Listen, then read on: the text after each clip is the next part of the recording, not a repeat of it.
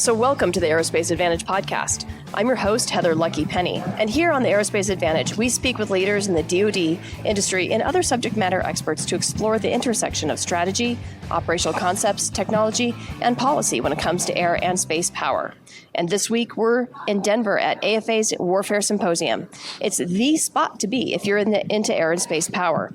And top leaders are here from the Air Force and Space Force, plus industry, science, and technology innovators, guardians, and airmen. So with that, I'd like to welcome General Deptula. Hey, great to be here. General Chilton. Nice to be here with you, Heather. And Charles Galbreath on this on-the-road edition of the Aerospace Advantage. Great to be with you, Heather. Thank you. Thanks, Charles. All right, so I want to pose this one to all of you. We're at the front end of a new administration. Congress is trying to wrap up the FY25 budget, and the Trump administration will be releasing their FY26 budget request in a few months. So General Saltzman of the Space Force and General Allvin of the Air Force are both in attendance and delivered keynote addresses. What are your perspectives on the messages you think will be critical for them to deliver? Not just here, but over the next several months. We're really in an important window of time. So what did you hear them say? Well, Heather, let me jump right in here. And I think both their presentations were frankly outstanding. And I'm not just saying that because they gave a decent presentation. They gave literally outstanding presentations. And they identified the challenges in the case of General Allvin that the Air Force has. The oldest, the smallest, and the least ready in our entire history. And he gave specifics that identified the rationale for why that is.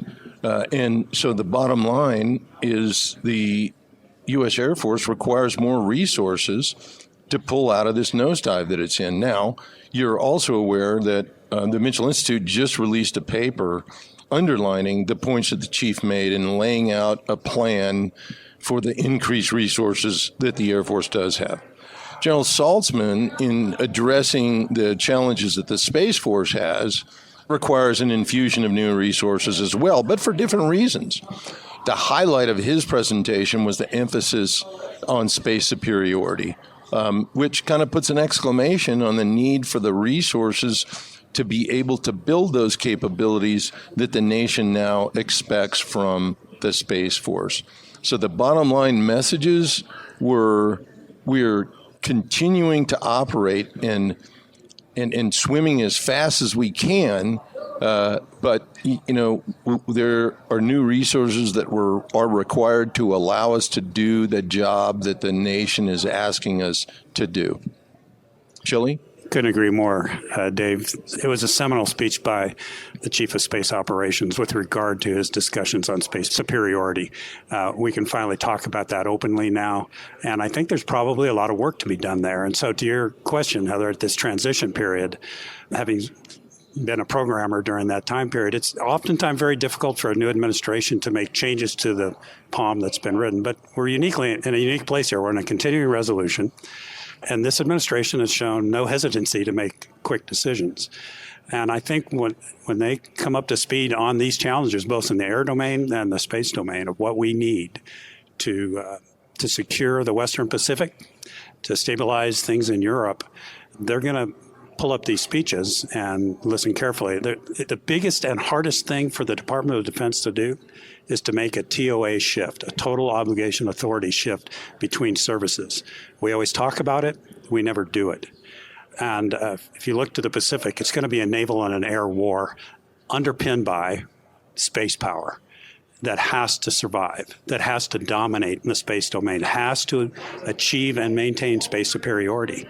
And all of this is going to take resources, whether it's resetting our Air Force from an equipment position to a training position, adequate training position, to establishing and providing the tools that the Space Force needs to gain and maintain space superiority. So this is a really important time in our history, and I think these two chiefs gave outstanding and well-defensible summaries on what is required.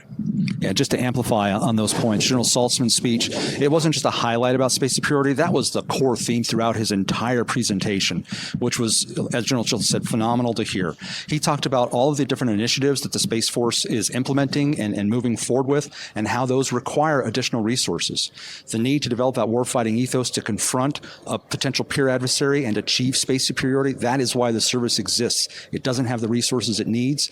And as we heard through other panels, there's 5 times increases in some areas that we need more personnel and more capability. And certainly a CR would be devastating if we're not allowed to initiate new starts, because we're going to need new capabilities to achieve space superiority.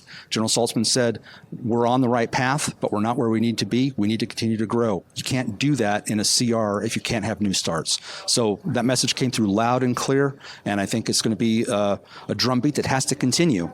And we need to make sure that everybody in Congress understands the ramifications of not taking action now. Yeah, I mean, at Mitchell Institute, we've long been advocates of increasing the resourcing to space power. The Space Force has to grow because, as you said, sir, it underpins all of our military power, much like how air power underpins the rest of the services as well. And there's an interconnection and interdependency between the Air Force and the Space Force. So I was really also happy to see how transparent General Allvin was during the course of his keynote, where he talked about the challenges that the Air Force faces and how those challenges really exacerbate the other problem sets. So he set up the problem set very well to make the case for more Air Force, as well as the need for NGAD and the need to recapitalize the service in order to be able to provide the president options. And that, to me, was one of the key themes that I saw out of the air leaders so far during this conference, was hearing them say, we have to recapitalize the Air Force, we have to get our capabilities so we can provide optionality for the president, for the administration, because if you don't have Air Force, you don't have those options, because we provide that global power anytime, anywhere. So, General Chilton, General Deptula, you both spent years in senior command positions. And so would you talk to us what it's like to execute from a strategic messaging vantage? I mean, I think all of us have been very gratified and heartened to hear some of the messages coming out of from senior leaders here today. So, but how do you thread the needle that hits multiple audiences? I mean, in this case, we've got both airmen and guardians attending. Key stakeholders like Congress and the new administration will be watching these keynotes, as well as industry and the public at large. And so that's a very complex audience mix. How do you really refine your message? Yeah. Let me first, before I'm going to dive into that, Heather, but to your last point about the weaknesses of our Air Force and what needs to be done to strengthen them. It's about deterrence too. It's not just we need to build a force that makes Xi wake up every morning and say, today's not a good day to cross the straits. And that's the thing that the president, I'm sure, really wants first. Any president wants that. And then if deterrence fails, we got to be able to follow through. But I think the deterrence aspect of both messages from both chiefs of building up the force, showing strength, we deter through strength, not through weakness. We can be coerced through weakness. So we have to build up both these services to do that first and foremost.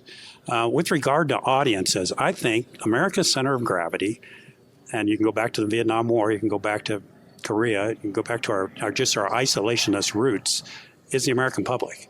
If you go on the street and ask anybody, should we go to war over Taiwan, they'll say, where's Taiwan? Most people.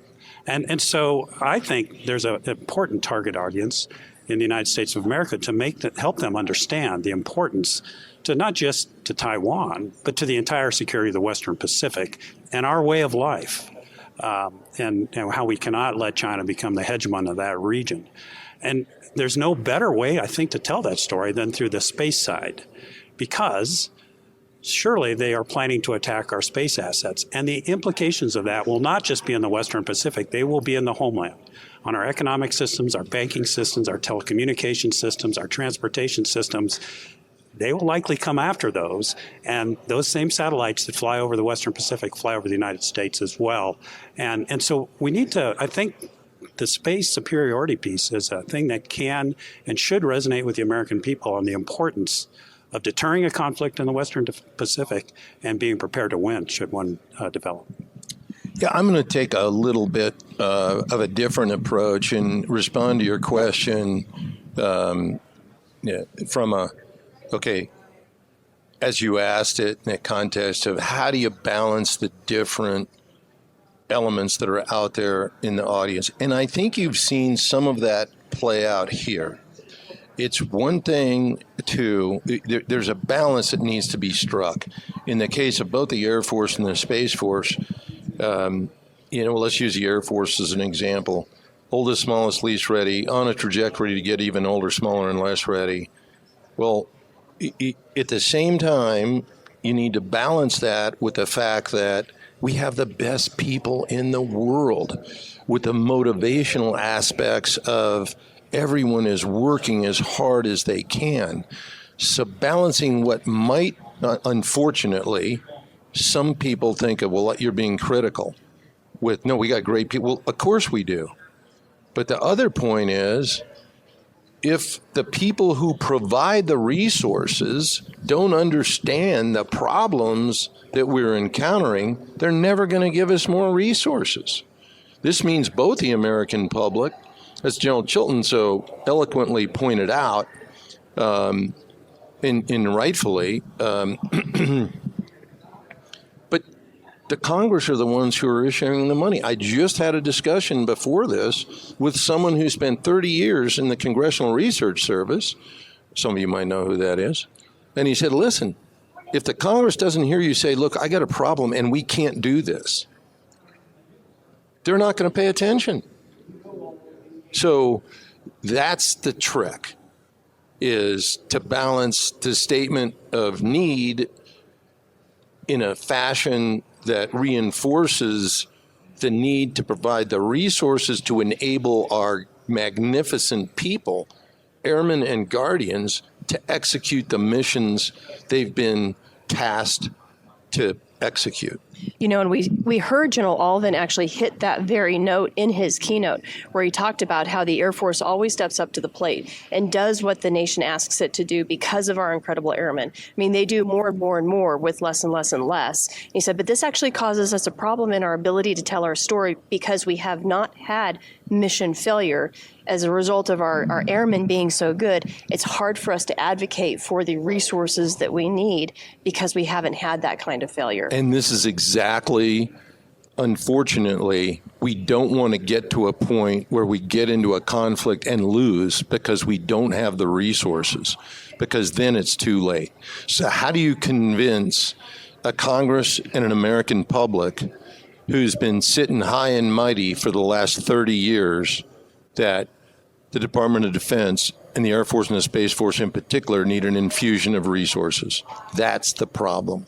You know, I think that General Allvin, by setting up the problem set in his keynote, I mean, I think we've seen this chief be more transparent than we have through any of the leaders in the last administration regarding the challenges the Air Force faces. So I think he set up the problem set very well. And then by posing the trade-offs that the Air Force is facing right now, as well as our obligation to our airmen to equip and train them so that they have the capabilities that they need and the training and readiness that they need to be able to go do the missions that we ask of them, I thought that was very well done. And I think General Saltzman also did that very well for the Space Force. Yes, and I agree. And General Saltzman, to his credit, as soon as we see this policy change, which is actually happening, he jumped right on it and which said, is look, fantastic. we have Space superiority. Absolutely. Yes. And, you know, he's always known this. He's always tried. He's pushed it quietly from the back because of policy. That's all he could do. Now he's laid down a marker, and it's absolutely the correct marker. No, I think it's exciting for everyone within the Department of the Air Force.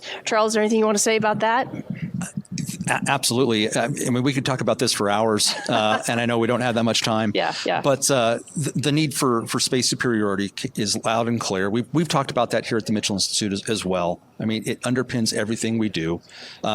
But it requires additional resources, capabilities, and authorities. I think we are on the cusp of finally changing decades-old policy about the prohibition of weapons in space and weapons to space, because we know we have to not only protect our capabilities, but part of achieving space superiority is denying that to our adversaries. And we know that China has a robust space capability, a kill web enabled by space that's going to hold all of our soldiers, sailors, airmen, Marine, and Guardians at risk if we don't disrupt it. So we have to. Yeah, no, absolutely. And from the air side, we will depend on space for those long-range kill chains, for our own kill webs. And so space superiority is essential to that lethality. Right on. And I'm going to pile on a little bit here because, as you said, we could talk about this all We day. absolutely could. It's not just space's problem to solve. No. The other services need to step up and provide capabilities that hold adversary space assets at risk that can be apportioned to U.S. Space Command so that the adversary isn't just looking up when they're worried about attacks on their assets. They're looking down and sideways. They're looking at sea forces, their naval forces. They're looking at land forces. They're looking at air forces. They can reach out and touch them from the other domains as well. And Charles, you and I have talked about air support to space, right? Whether or not that's attacking ground stations, anti-satellite capabilities, cyber, EW, the things that we can do from the air domain to be able to disrupt and attack Chinese space capabilities. Yeah, absolutely. Everybody has to remember that a space system isn't just the satellite. Yeah. It's the ground segment and the link that connects it all, as well as the access to the end users. If you can disrupt any one of those, the link or the ground segment or the satellite, you disrupt the Chinese ability to reap the benefits of space. And we need to complicate their ability to use space. Absolutely. So on to commercial resources, because I know that you've got a panel on that. Could you talk to us about that topic? Because commercial clearly provides a lot of capabilities and capacity that we depend on, but there are still areas where organic solutions that are owned by the Space Force are really key. So what are the variables that we need to watch as the Space Force tries to strike this balance? Yeah, so it was a really interesting panel discussion about how fast commercial is moving, and they are moving at an incredible pace. They're not encumbered by the same acquisition process that the entire Department of Defense is, so they can move at lightning pace.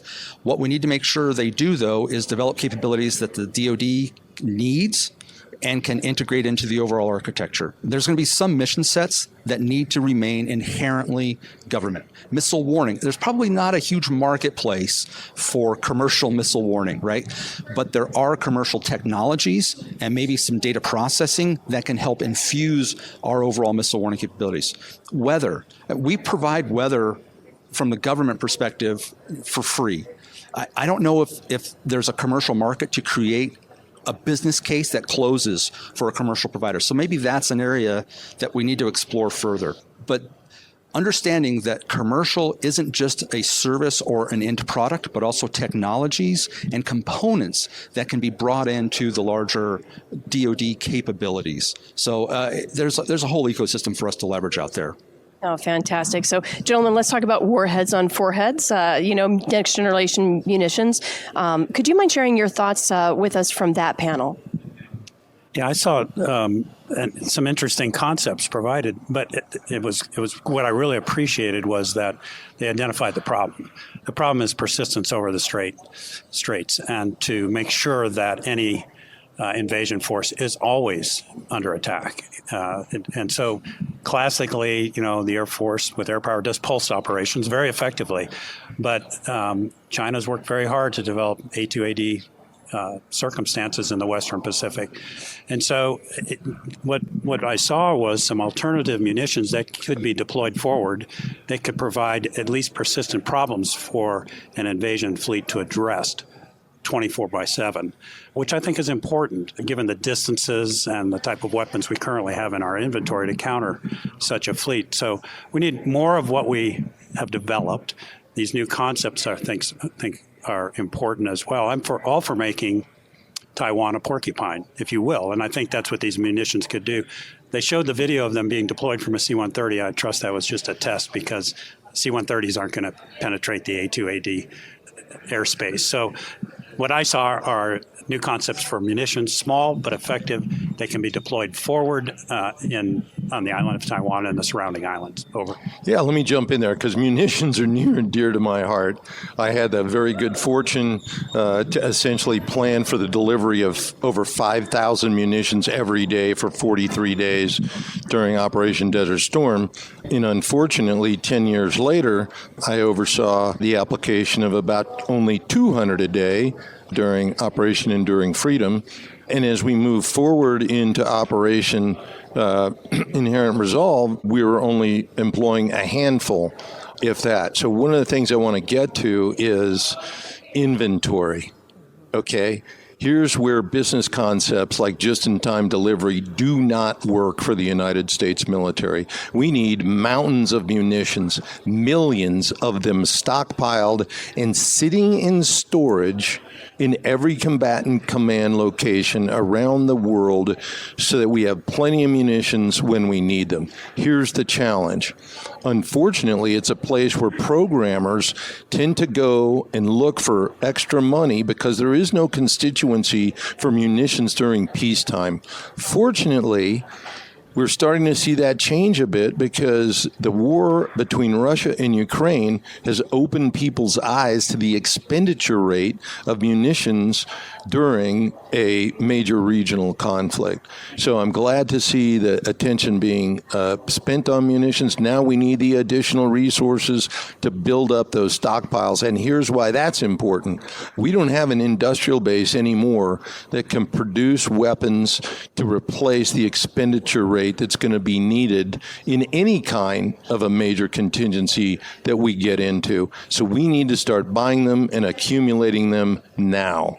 You know, and we heard Air Force leadership actually talk about this, specifically within the force design panel, about the need to have stockpiles of munitions that could be able to source and withstand the time duration of initial combat operations, as well as the ability to surge and produce munitions at the same rate at which we expend them in anticipation of protracted conflict. So I think it's actually important to look at next generation munitions, not just in terms of how much increased capability can we get out of that, but maybe next generation munitions is also about how can we get to the low cost that allows us to mass that and be able to produce those munitions at speed and at scale. Because we also heard the need to have that mix, and I agree with that, of exquisite capability, the technology that is really absolutely going to give us that precision through a contested airspace that we need, as well as the mass to be able to provide the persistence, sir, that you mentioned before.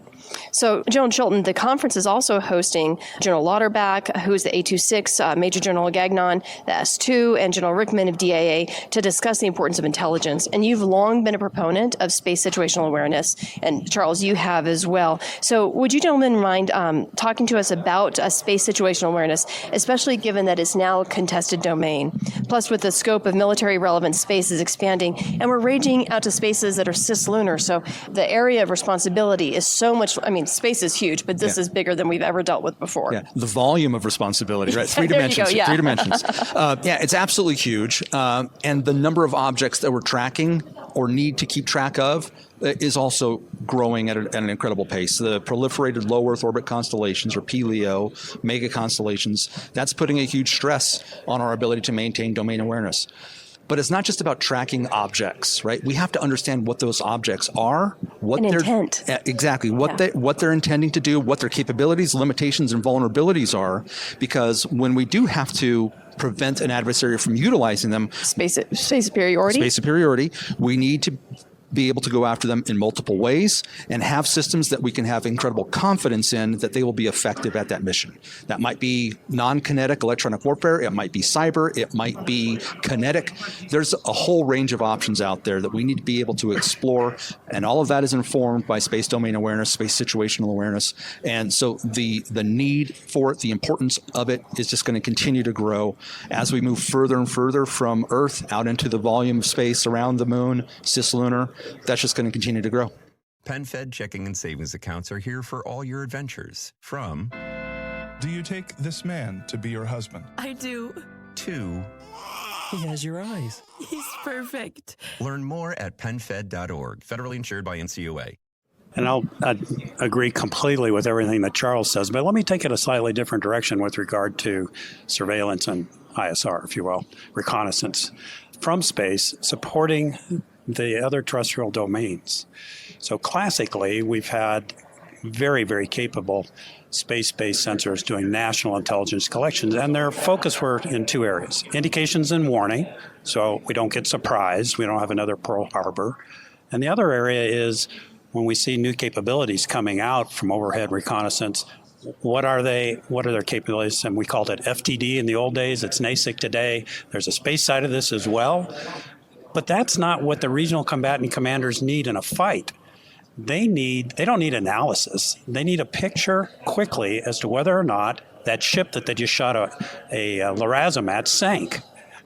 They need to know that, so they don't have to waste munitions, as General Deptula pointed out, are in short supply, double tapping targets like we had to do in the past because we couldn't get quick BDA on our strikes. And so, with the ubiquitous of commercial ISR now, it's going to be important, I think, to build those relationships between the combatant commanders and those providers that can provide quicker, Not a lot of analysis. Just give me the picture. The twos in the regional combatant commander headquarters and their components will know whether or not they got the strike they needed done. They'll be able to quickly answer the question, where is the adversary's fleet today? Where are they headed?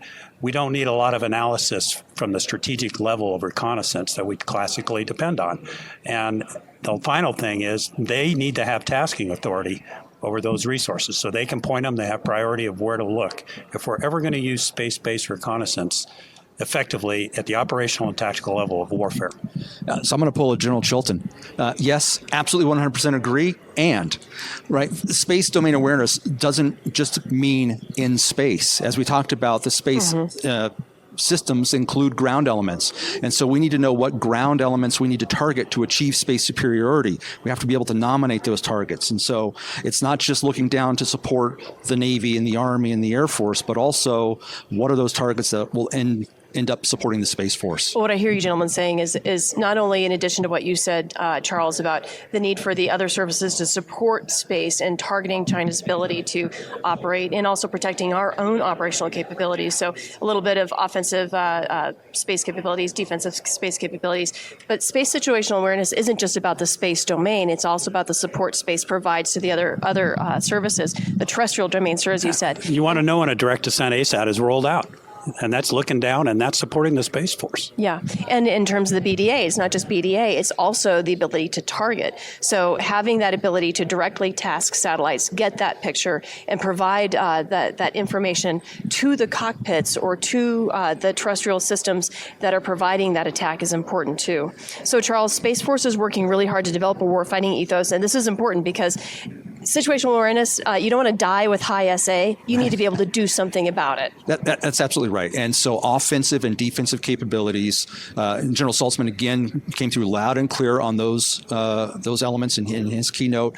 And it also came through loud and clear in other panels. The panel that General Chilton hosted with the space components within Indo-Pacific, European Africa Command, CENTCOM, as well as Space Forces Space with General Chess, that came through loud and clear again. So absolutely right. How do we integrate all of our joint capabilities to achieve the desired offensive and defensive space superiority, space control activities to achieve that space superiority? It's absolutely critical. So Gen Deptula, Lieutenant General Harris, Major General Kunkel, and Brigadier General Keeney were here, and they discussed the force design. And I know that you've had a lot of engagement on this front, and you've also been involved with numerous Air Force strategic operational concepts and their application as an air commander. So what were some of the key points that you heard them convey, as well as just additional thoughts regarding what they had to say about force design? Thanks, Heather. Yes, I have been involved since about 1989 in efforts like I remember General Powell's baseline force review, and then bottom-up review, then Commission on Roles and Missions, then Quadrennial Defense Review number 1, then Quadrennial Defense, and I could just go on and on and on and on. But the bottom line is, I think that General Harris, General Kunkel, General Keeney's efforts with respect to their evolving development of the force design are extraordinarily important and very, very worthwhile. They've done a lot of work on this. To their credit, they've been out and talked to folks, and it's still evolving.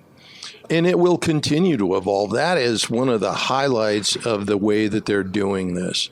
The force design is not, okay, an endpoint, this is it, we're finalized, this is the way we're going to do business.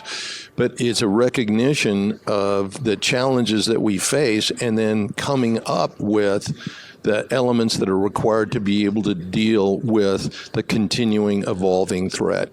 So my hat's off to all of them in what they're doing, and we're huge fans in ensuring that their efforts succeed in providing those inputs that can help them along the way. Now, with that respect, and by the way, I really thought that one of the comments that were made by one of the panels, and forgive me, I can't remember which one, could have been so many, that General Kunkel made was, look, a winning force design isn't dependent upon the resourcing. Whether we can actually execute is, but building the force design isn't dependent on the resources. Executing it is. And so that's I think that was a very, very good point. Now, if we look beyond force design, the next thing the Air Force needs to work on is a force sizing methodology. And we could spend a lot of time talking about that. But that's different from a force design. That's, okay, so what are the numbers and types of aircraft and other systems that are required to make the force design a success, and do it in a way that's simple enough for Congress and the American people to understand? Yeah, I agree. Hearing him talk about how the force design is about what the nation needs from the Air Force is very different from designing to budget. That was very refreshing to be able to hear them say, as well as the need to penetrate, to be able to continue to operate and generate air power while under attack, the ability to operate inside of those threat envelopes, as well as a need for air superiority, period, dot. That through all of their wargaming that they've done, NGAD, the NGAD system, as well as specifically the PCA, the penetrating counter-air aircraft, were absolutely essential to any war-winning capability, and that all of the services depended on the Air Force's ability to secure air superiority. So, General Chilton, we also heard from space leaders when it comes to international partnerships, and the U.S. military is fundamentally designed to work with allies. And I think that we're better together is a mantra that represents most people's thinking. You know, the challenge with the Space Force and our international partners is that we're on the front end of designing this collaborative model. And plus, the capabilities the Space Force has are far different from what we see with our partner nations. So what are some of the core vectors that you'd recommend on this front, and what have you heard at the conference so far? Yeah, I've heard several things at the conference. One is we need to have an open dialogue with our allies and partners about what our holes are in our capabilities. And so they can vector their limited resources to plug those gaps, if you will. So part of this is dialogue. And of course, classification always seems to come up as an issue. I hope we're doing more than just talking about it as an issue, but actually breaking down some of the barriers that allows us to have these dialogues so that they can, and they want to. They made it clear in the conference, they want to participate and be a valued partner. One thing I noticed in the cyber world back when Stratcom had that mission was that some of our allies have less restrictive policies. Okay. Doesn't mean we can ask them to go do something, but unilaterally they can and help us out. And so in some areas it may be true in space, where they can do things that we can't do, but they will support a coalition fight. And so we need to be sensitive to that and understand what they can and can't do. And again, this gets back into where are our holes and how can they help.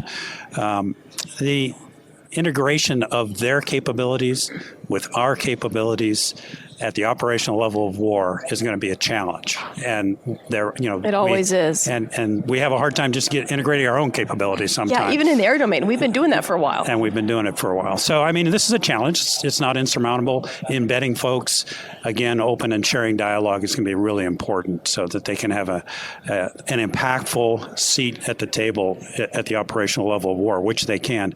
And lastly, I'd just remind everybody, geography matters in space, terrestrial geography. And when you look at our allies that are willing to be participating in this, their geography can help us with launch, their geography can help us with space situational awareness, space domain awareness, and their geography can help us with space superiority by making sure the adversary is looking in multiple places and has to worry about multiple threat vectors from the alliance. Over. I'm glad you brought that up, because when we think about the space domain, we often think about it being utterly disconnected from the terrestrial domain, and that's simply not the case. And Charles, I mean, you've spoken about this multiple times during the course of just this podcast, so thank you for bringing that up, sir.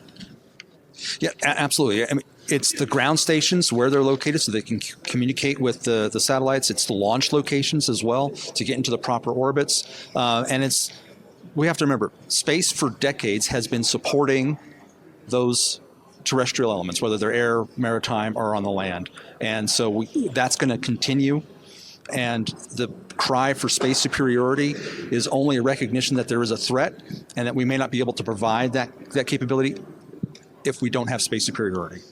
But we will always be providing that enhancement element to that terrestrial fight as well.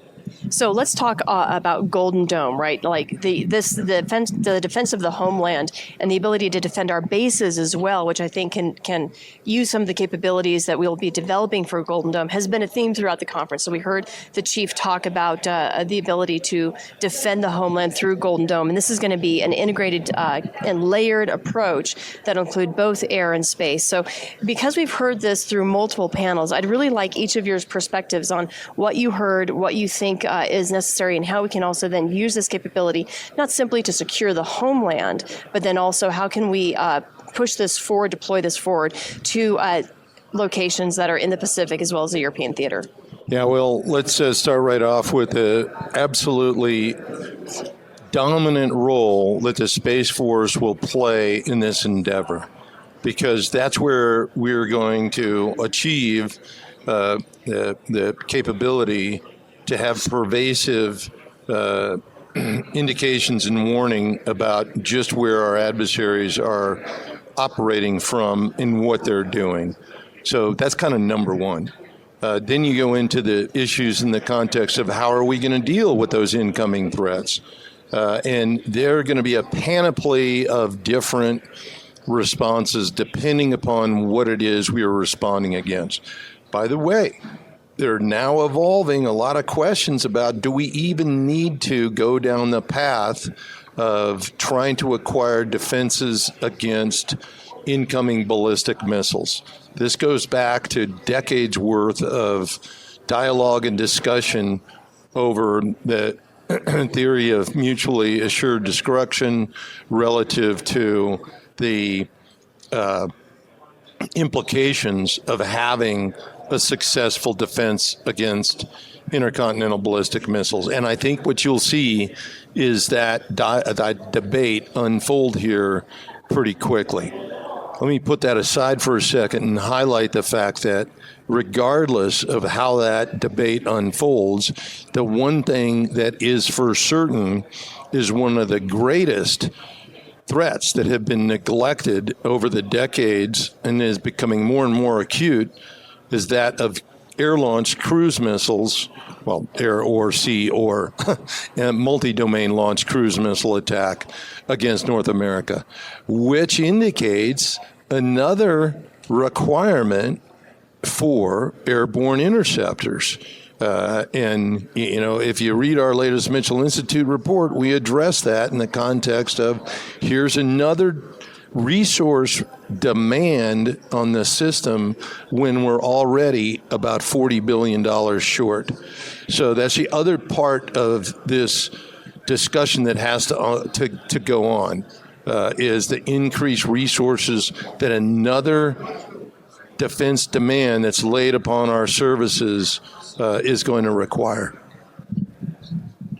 I agree with the fundamental need for space missile warning, just to start things off. And if we can't... See, I told you this would start. Yeah, we can't just have a single geosynchronous missile warning satellite looking down on the AOR, because that'll be the first one to go. So this concept of moving missile warning into multiple orbits is really important to make sure that we can alert our forward deployed forces. Well, look, we know how to defend against ballistic missiles. The new games are the maneuvering missiles and the hypersonic missiles and the sheer numbers that the adversary will put up against our regional forces in the Western Pacific. These are the problems we have to address first. My concern about Golden Dome, I'm 100% for it for the United States of America, but I would say first things first. It would be nice if we could defend an area as large as Israel as effectively as they just defended against Iran. And I'm not convinced we can today in all the critical nodes that we need to be able to operate out of in the Western Pacific. So first, let's have a Golden Dome for our deployed forces in Europe and in the Western Pacific. At the same time, let's make the long-term investments necessary to defend the homeland. And that's going to be a bigger and tougher problem. And I'm sure space will be part of it. But it's going to take a while to do that. The wolf closest to the sled here is the regional threat to our forces deployed. It's absolutely going to have to be a hybrid and multi-layered defensive architecture with sensors and interceptors. We know that space is going to be critical in the launch notification, the tracking, but at some point we'll also be able to do the intercept from space. That's the only way we're going to get after some of the boost phase and maybe even glide phase. So we know that that's going to come down the road. It's going to take some technology investment to get to that point, but that is an objective state that we need to be searching for. A little bit Back to the Future sounds a lot like Star Wars. A little bit, yeah. And I just want to highlight, yesterday we gave out an award, the General Atomics Space Force Unit of the Year Award, and it went to the 11th Space Warning Squadron. They were instrumental in providing some of that notification and warning for the incoming ballistic missiles that enabled Israel and the United States to defend that region against that dynamic set of threats. Yes. And so we're doing some of that today. Let me rephrase that. Guardians are doing some of that today. And that's got to continue. We know that they're going to be essential to fulfilling that mission going forward as part of Golden Dome. In, as General Chilton enumerated, a hybrid, multi-layered architecture. So it's interesting, Sir General Chilton, the way that you mentioned and talked about how we can begin to develop Golden Dome is maybe instead of focusing on how to protect the entire United States, begin to develop the technologies to defend those forward deployed bases, whether in Europe or the Pacific, and then how do we then take those technologies back to the United States? I think it's going to be a hybrid approach. Yeah, and part of it is a munitions issue, as General Deptula brought up. I mean, if they have, first of all, we don't have to shoot down every missile coming in. Israel's proven that, and space is a big part of that by telling you where the impact point's going to be. Yeah, and how significant But we do need to have enough interceptors and the right type of interceptors to keep our air bases in the Western Pacific, even though they're moving around, open and being able to operate. It's extraordinarily important. It's also a roles and missions issue. That's a role of the United States Army. So how are they doing in that regard? As opposed to going off spending billions of dollars developing single-shot $65 million a pop missiles. Well, I think this is going to come back to DOD, and the chairman is redirecting the Army to take those responsibilities and provide that defense capability for all of the services, not just their own. And so I actually was on a panel regarding agile combat employment with General Hecker and General Snyder, and they pointed towards both Ukraine and Israel and how they were able to defend their bases and continue to maintain operations and generate combat air power even when they were under attack. So, General Deptula, we've got leaders here at the conference talking about small UAVs in Ukraine. To pivot just a little bit away from the Golden Dome and talk about some of the other threats and things that we've seen regarding lessons learned and what all that means to us. So you've actually been to Ukraine twice. What were your thoughts and what were your takeaways regarding small UAVs and these drones? Yeah, well, actually, I was over there to discuss the employment of air power with their Air Force leadership, but at the same time took away and discussed this whole issue. I think it's an extraordinarily important one that we take away the right lessons. There's a lot of hype out there about how drones are changing the nature of air warfare. And what I'll tell you, where they're really having an impact is on land warfare. Okay, in the close battle, on the front lines, in the trenches between the Russians and the Ukrainians, an infantry person can't move without getting targeted by an FPV drone. This is game-changing. The Ukrainians have pulled the M1A1 Abrams tanks that the United States has given them off the front lines because armor's not survivable anymore. We have to be careful with the ubiquitous nature of the term drone because we have to identify what they're really doing in the context of effects. What's happened with these small quadcopters with 4 or 5 pounds worth of explosives is they're essentially precision-guided munitions that have now been given to infantry personnel. So now everyone has their own PGM when in fact, not too long ago, the only way that you could deliver precision-guided munitions was with cruise missiles or with aircraft. And that has changed, and it is a game changer. It's a game changer within the front lines. But we have to be real careful that we don't extract the wrong lessons. We hear excruciatingly difficult explanations of lethal, long-range, one-way attack drones. Hey, guess what? They're called cruise missiles. The longer range drones that people talk about are nothing more than cruise missiles. They happen to be powered by a propeller instead of a turbofan, but we have to get back to recognizing what's really going on in the context of effects. No, thank you for adding that nuance, because when people talk about drones, I think they think about those little quadcopters. And we've seen from Ukraine the limitations of battery life, of capability, and frankly, even of the connectivity to the point that they're moving towards tethered operations. So it's important that we understand the limitations of some of those capabilities, even as fast as that innovation cycle is moving, and understand what's really relevant and lethal to combat air power. There has been so much going on at this conference that we're not going to be able to cover all of our topics. So perhaps we'll weave those into a future podcast. But gentlemen, before we end this, what are any of your saved rounds or things that you want to address before we go? Well, I had a great panel on integrating space into the global flight. Mm-hmm. And it was great because we had these component commanders from regional combatant commands who are clearly focused on warfighting. They get it. They know what they need, and they know what they lack.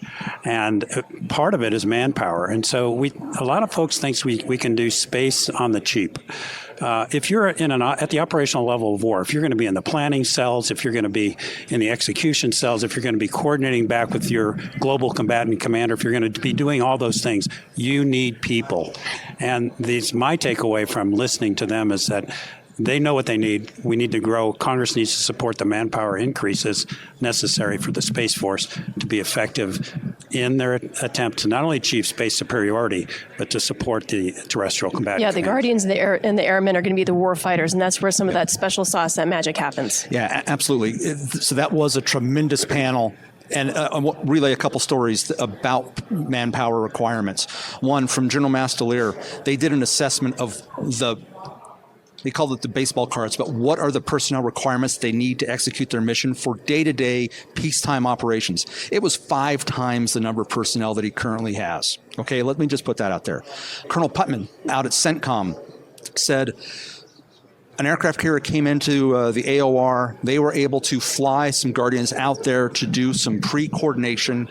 That enabled what he called a nearly perfect mission execution because they were able to do that. He said they're not able to do that every time. And in fact, there was another instance when they weren't able to do that.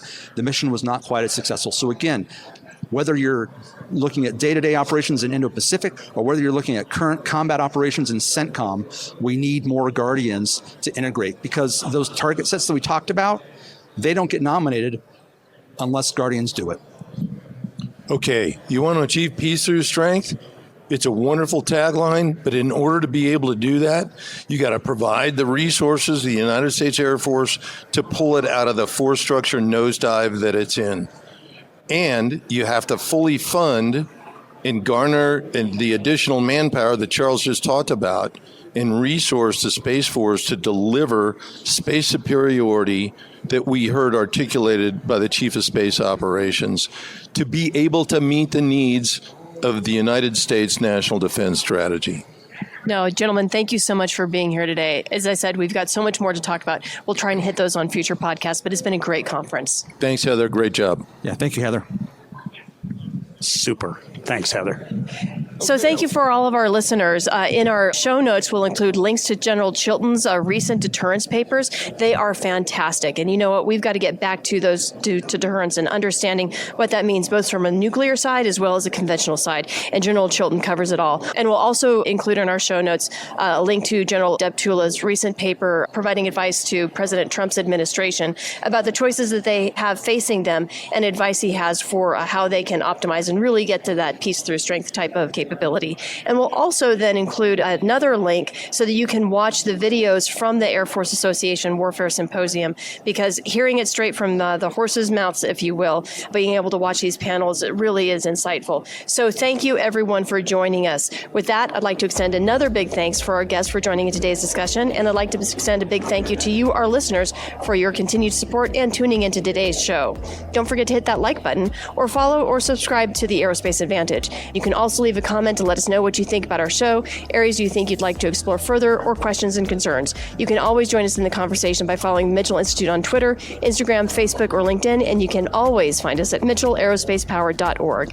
Thanks again for joining us, and we'll see you next time. Have a great air and space power kind of day.